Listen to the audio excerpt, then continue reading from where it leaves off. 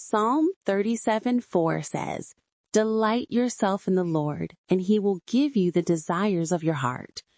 Many of us read that last part, "He will give you the desires of your heart," and we treat it like a divine vending machine. We think, if I do the right thing, God has to give me that job, that relationship, or that financial breakthrough I want. But we miss the entire point of the verse. The secret isn't in the getting, it's in the first word, delight. What does it mean to delight yourself in the Lord? It means far more than just going to a service or saying a quick prayer. Think of it this way. What you spend your time, energy, and deepest affection on, that's where your delight is. If you delight in money, your entire life will revolve around how to get more of it.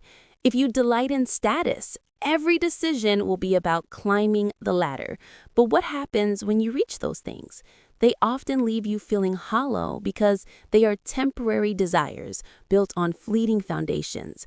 Delighting in the Lord means making God the supreme object of your affection. It means that reading His Word, spending time in prayer, serving others, and striving to live a life that honors Him becomes your greatest joy, your true pleasure.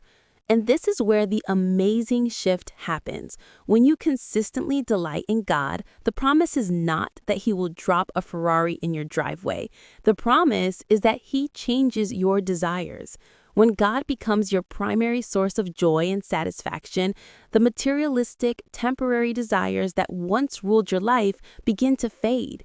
They are replaced by desires that align with His heart, a passion for justice, a deep love for others, a hunger for personal growth, and a profound sense of peace. You see, the ultimate desire of your heart that God gives you is Himself. And when you have Him, you find that the truest, most satisfying desires have already been met and reshaped within you. So practically, how do we do this? How do we shift our delight?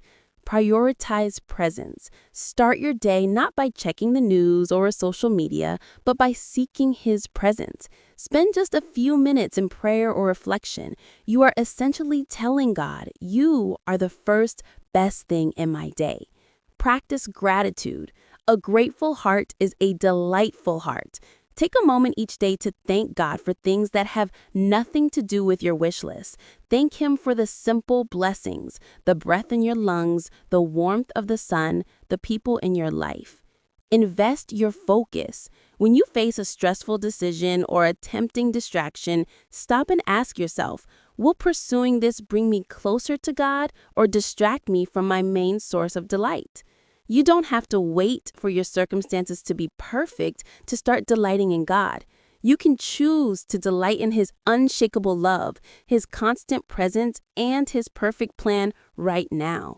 I encourage you today to stop chasing the desires you think you want and focus on the delight. When your heart finds its deepest joy and satisfaction in your Creator, you will discover that He is more than willing to give you the desires of your heart, because those desires will have become exactly what He wants for you all along. Let's choose to delight in the Lord today and experience the fullness of a truly satisfied heart. Amen.